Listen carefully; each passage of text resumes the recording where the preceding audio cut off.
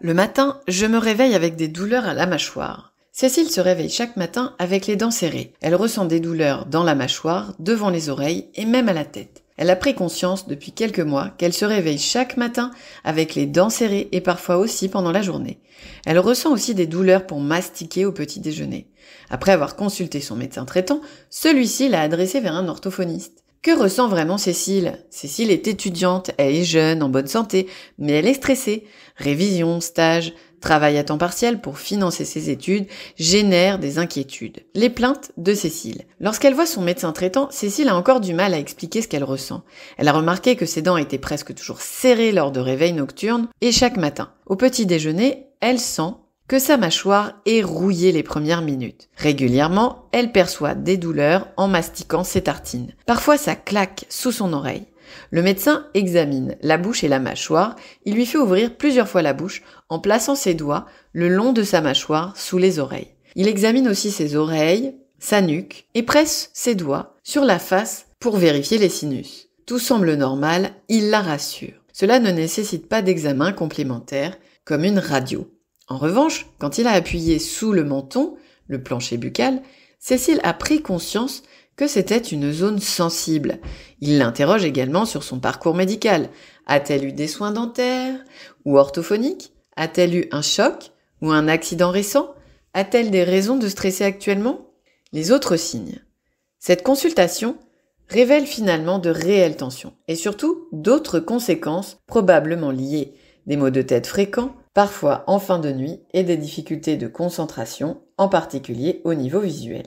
Cécile ressent des tensions et des blocages au niveau de la nuque et du dos. Mais elle avait eu des radios récentes qui ne montraient aucun problème. Lorsqu'elle a dû porter un masque, elle a souvent constaté qu'elle avait la bouche soit ouverte, soit fermée avec les mâchoires serrées. Son médecin lui prescrit donc un bilan chez un orthophoniste pour une évaluation et une rééducation linguale et un bilan orthodontique pour évaluer une malposition dentaire. Le bilan orthophonique. C'est la première fois que Cécile se rend chez un orthophoniste et elle s'interroge.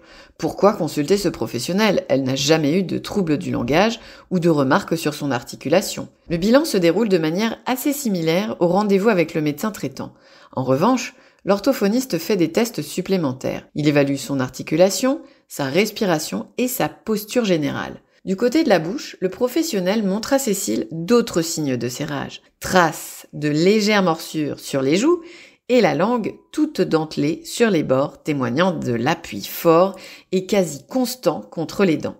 Cécile présente aussi un léger décalage entre la mâchoire supérieure et la mâchoire inférieure qui a été confirmé par l'orthodontiste. L'orthophoniste interroge la jeune femme et obtient d'autres informations. Elle a les dents serrées et la langue est plaquée fortement au palais pendant qu'elle l'écoute. La nuit, son compagnon lui a déjà dit qu'il lui arrive régulièrement de l'entendre grincer des dents, un phénomène appelé bruxisme.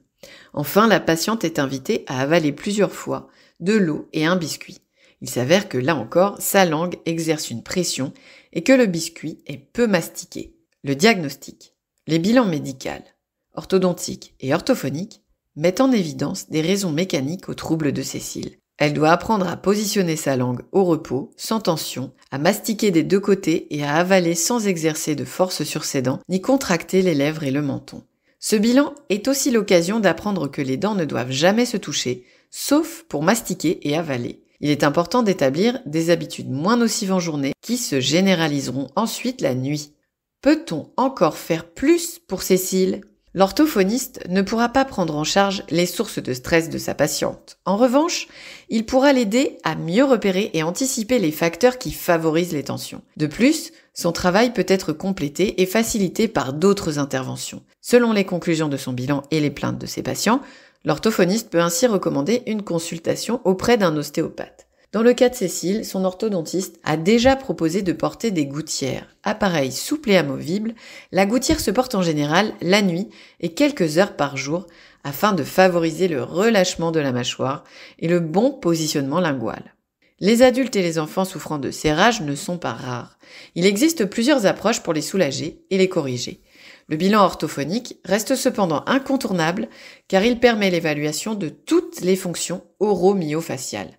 Il peut aussi, parfois, mettre en évidence un besoin de recourir à un traitement orthodontique.